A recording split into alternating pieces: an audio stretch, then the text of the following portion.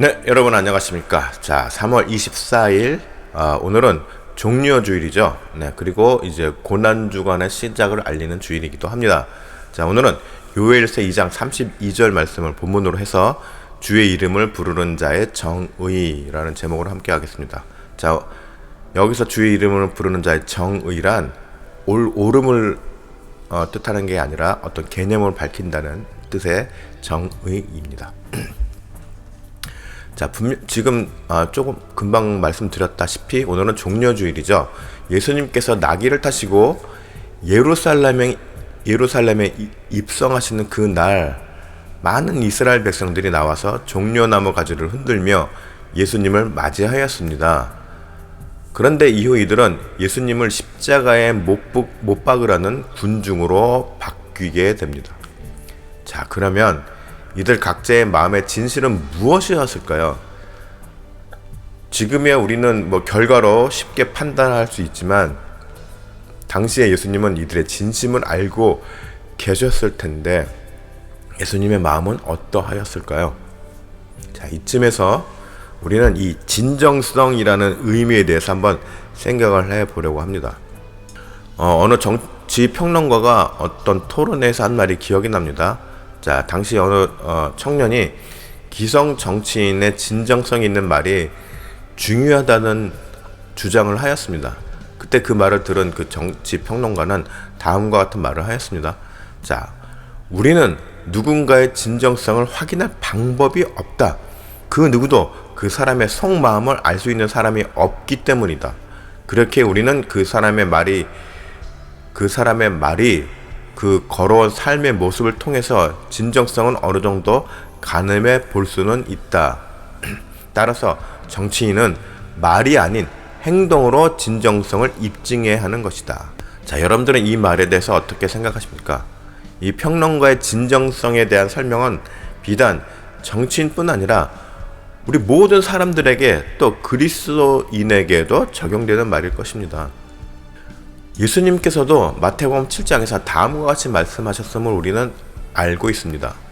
마태복음 7장 21절에 나더러 주여 주여 하는 자마다 다 천국에 들어갈 것이 아니요 다만 하늘에 계신 내 아버지의 뜻대로 행하는 자라야 들어가리라. 자, 뜻대로 행하는 자, 행동해야 하는 것입니다. 그런데 오늘의 본문을 보면은 예수님께서 하신 말씀과 모순되는 것처럼 읽혀지게 됩니다. 이 부분에 대해서도 한번 우리가 살펴보겠습니다. 자, 32절 오늘 본문에 누구든지 여호와의 이름을 부르는 자는 구원을 얻으리니. 자, 저는 말씀을 읽다 보면 과연 하나님의 삼위일체란 성부 하나님, 성자 예수님, 그 다음에 성령 하나님, 참으로 같은 것을 바라보시는 인격의 존재라는 것을 느끼곤 합니다. 이런 부분들을 어디서 느낄 수 있을까요? 네, 바로 구약에서 하나님께서 직접 선포하신 말씀이나 또는 신약에서 예수님께서 하신 말씀에서 느낄 수 있습니다. 오늘 본문의 서두에 누구든지 여호와의 이름을 부르는 자는 이라고 되어 있습니다. 특히 누구든지라는 이 말에는 하나님께서 자신의 피조물인 인류를 향해 어떤 특정한 구원의 기준을 정해두고 그 사람의 미래를 미리 정해놓지 않으셨다는 것을 의미합니다. 그러면 예종론이랑 부딪히는 거 아닌가? 예종론에 대해서는 조금 더 나중에 설명을 드리겠지만은 예종론이라는 이론은 그야말로 전지적 시점에서 바라봤을 때 말할 수 있는 것이죠. 네, 하여튼 그 문제는 나중에 다시 설명드리겠습니다. 아무튼 이렇게 사람들의 미래를 미리 정해놓지 않으셨다는 것이죠. 요한일서 4장 15절에 누구든지 예수님을 하나님의 아들이라 시인하면 하나님이 그의 안에 거하시고 그도 하나님 안에 거하느니라. 자, 요한일서에서도 누구든지라는 표현이 됐습니다. 이렇게 신약에서도 누구나 주를 인정하는 사람을 마다하지 않고 계심을 이후 9군데의 구절을 통해서 말씀하고 계십니다. 자, 그런데 이 메시지에 대해서 우리는 가볍게 받아들여서는 안 됩니다.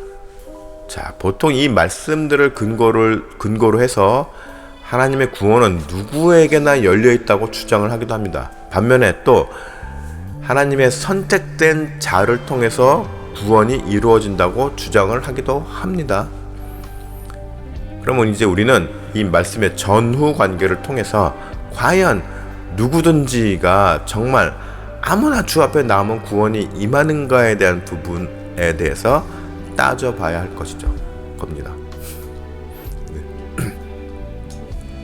자, 시편 145편 18절을 보면은 여호와께서는 자기에게 간구하는 모든 자, 곧 진실하게 간구하는 모든 자에게 가까이 하시는도다. 굉장히 확실하게 문구를 표현을 하셨죠? 네. 여호와께서는 자신에게 간구하는 모든 자에게 가까이 하시는데 그 모든 자에 대한 조건이 뭐예요? 진실하게 간구하는 모든 자입니다. 진실하게 간구하는 자. 이에 대해서 시편 145편에는 조건이 붙게 되는 것이죠. 곧 진실하게 간구하는 모든 자라는 것이죠. 무엇을 말하는 것일까요? 이것은 하나님께서는 누구든지 하나님을 부르는 자를 외면하지 않으십니다. 그러나 하나님을 부르되 정말 마음에서 우러나와서 정말 마음에 정말 진짜로 찐으로, 요즘 젊은 아이들 말로 찐으로 하나님을 찾는 자를 기억하신다는 말씀입니다. 이 말씀을 바탕으로 우리 인간 서로를 판별하기가 사실상 불가능합니다. 그렇죠? 왜냐하면 우리는 서로의 심중의 진실을 알 수 있는 능력이 없기 때문입니다. 그렇죠? 그러나 하나님은 우리의 중심까지 아시는 분이시기에 충분히 가능한 말씀이라는 것이죠. 그런데 하나님께서는 자신의 이름을 부르는 자들을 향해서 그들의 진심을 가려내는 절차를 이제 진행하고 계시는 것입니다. 32절 계속 이어서 이는 나 여호와의 말대로 시온산과 예루살렘에서 피할 자가 있을 것이며. 자, 하나님은 이스라엘의 역사를 통해서 끊임없이 자신의 백성들을 시험하시고 옥석을 가려내셨습니다. 이는 하나님께서 이들의 진심을 몰라서 정말로 이를 가려내고자 하심이 아닙니다. 진심으로 하나님을 따르는 자들에 대해서 하나님께서는 이러한 과정을 통해서 이들을 연단시키고 그 연단을 통해서 더 귀하게 하기 위함임을 우리는 알고 있습니다. 자, 스가랴서 13장 9절에 내가 그 3분의 1을 불 가운데서 던져 은같이 연단하며 금같이 시험할 것이라. 그들이 내 이름을 부르리니 내가 들을 것이며 나는 말하기를 이는 내 백성이라 할 것이요 그들은 말하기를 여호와는 내 하나님이시라 하리라. 그리고 자, 이러한 과정을 거쳐서 거짓으로 고백한 자들은 알아서 걸러지게 되는 것입니다.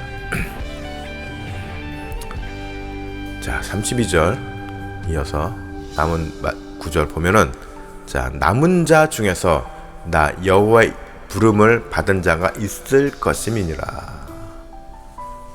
자, 이제 하나님께서 하신 말씀과 예수님께서 하신 누구든지에 대한 개념 정리가 어느 정도 된 것 같습니다. 하나님은 시험과 연단을 통해서 사람들을 가려내셨습니다. 그리고 이후 예수님께서는 자신의 삶을 통해서 진정으로 구원을 원하는 사람들이 가야 할 행동에 대해서 직접 보여주시며 또 결과까지 나타내셨습니다. 우리는 서로에 대한 진정성을 파악하기란 앞서 말씀드렸지만 정말 쉽지 않습니다. 그런데 예수님은 사람들의 마음을 보시며 그 진정성을 파악하고 계시지만 실제적으로 자신을 따르는 진정한 제자, 자녀들의 모습을 통해서 그 속에서 격려하시고 도움을 주시고 성장하도록 힘써 주고 계시는 것입니다. 왜 그러실까요? 왜 이런 번거로운 절차들을 진행하시는 걸까요? 자, 이는 심판의 날 때 악인들과 사탄이 구원받는 이들을 참소하고자 할 때 반박하는 중요한 근거가 되기 때문입니다. 왜요? 분명히 나중에 우리가 진정성을 가지고 이 일생을 살아가면서 주님 앞에 섰을 때 주님께서는 우리들을 격려하시고 천국으로 인도하실 것입니다. 그런데 그렇다 할지라도 살아오는 과정 속에서 우리들의 분명히 부족한 모습들이 있어요. 사탄과 마귀는 그러한 부분들을 참소하고 끄집어내서 참소하고 얘가 이렇게 부족하는데 얘를 구원시킬 건가요? 막 이렇게 뭐라 그러나요? 트집을 걸 거란 말입니다. 그럴 때 예수님께서 그런 고비마다 이 친구는 포기하지 않고 다시 되돌이키려고 노력을 하였고 그 순간마다 나는 함께 있었다라는 것을 그 근거를 확보하시기 위해서 예수님께서 번거롭지만 이러한 절차들을 진행하고 계신다는 것입니다. 철저하게 우리들을 위해서, 우리들의 보호를 위해서, 우리들이 구원을 가는 그 여정에서 부족한 모습을 메이크업 해주시고 또 더욱더 성장해서 저들의 참소하는 그런 요건에 걸리지 않게 하기 위해서, 방패막이가 되어주시기 위해서 예수님께서 친히 이런 절차를 진행하고 계신다는 말입니다. 놀랍지 않습니까? 네. 너무나도 디테일한 이 계획입니다. 완벽한 또 보호의 시스템입니다. 그러니까 우리는 뭐만 하면 돼요? 네, 포기하지만 않으면 되는 것입니다. 신앙생활을 포기하지 않고 이 세상에서 내가 하나님의 성품대로 선하고 정의롭고 바르게 살아가기를 포기하지만 않으면 되는 것입니다. 그리고 힘들 때마다 주님을 부르짖고 버거울 때마다 주님을 의지하고 또 무너졌을 때 또 내가 넘어졌을 때마다 또 주님께 부르짖는 것, 그것을 포기하지 않을 때 우리는 늘 주님과 연결되어 있을 것이란 말입니다. 굉장히 중요한 말이죠. 네. 이 뜻을 모든 사람들이 다 깨달으면은 신앙생활을 포기할 이유가 없는데, 하나님을 부인할 이유가 없는데 참 안타깝습니다. 이게 진정한 복음입니다. 이러한 뜻을 우리는 많이 알려야 하고 우리의 삶 속에서 또 드러내야 하는 것입니다. 번거롭고 힘든 구원의 절차이지만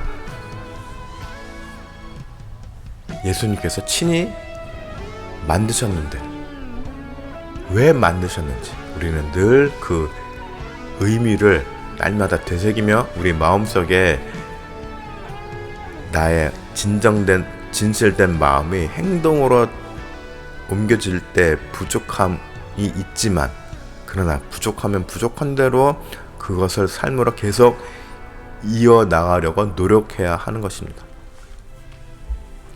주님은 우리의 이 부족함에 대해서, 우리의 삶에 대해서 완벽함을 요구하지 않습니다. 우리들에게 애초부터 기대하지도 않으셨습니다. 그렇기 때문에 예수님께서 오신 것이죠. 기대하는 바가 없었기 때문에, 인류에 대해서. 그렇기 때문에 예수님께서 오신 것입니다. 네. 그래서 우리는 계속 말씀드리지만 우리의 진정성을 잃지 않으려고 노력해야 합니다. 포기하지 않으면 되는 것입니다. 주님은 지금도 외치고 계십니다. 누구든지 나와 함께 하는 자는 내가 다 받아주신다고 말입니다. 그러니 제발 포기하지 말고 끝까지 함께 가야 하는 것입니다. 자, 주님을 향한 우리의 진정성은 주의 심판대 앞에서 주님의 격려와 인정으로 보상받게 될 것입니다. 그것을 우리는 소망하고 기대하며 살아가야 하는 것입니다. 여러분들 모두 누구든지의 무리 속에서 그저 잠시 있다가 떨어져 나가는 사람이 아니라, 포기하는 사람이 아니라 끝까지 주의 길을 함께하며 믿음의 진정성을 이루어 나가는, 그래서 종려 주일 예수님께서 예루살렘에 입성했을 때 종려나무 가지를 흔들었던 그 군중의 무리 속에 있는 사람뿐만 아니라 예수님의 부활의 기쁨에도 기꺼이 참여하는 그러한 사람들이, 성도들이 되시기를 축복합니다.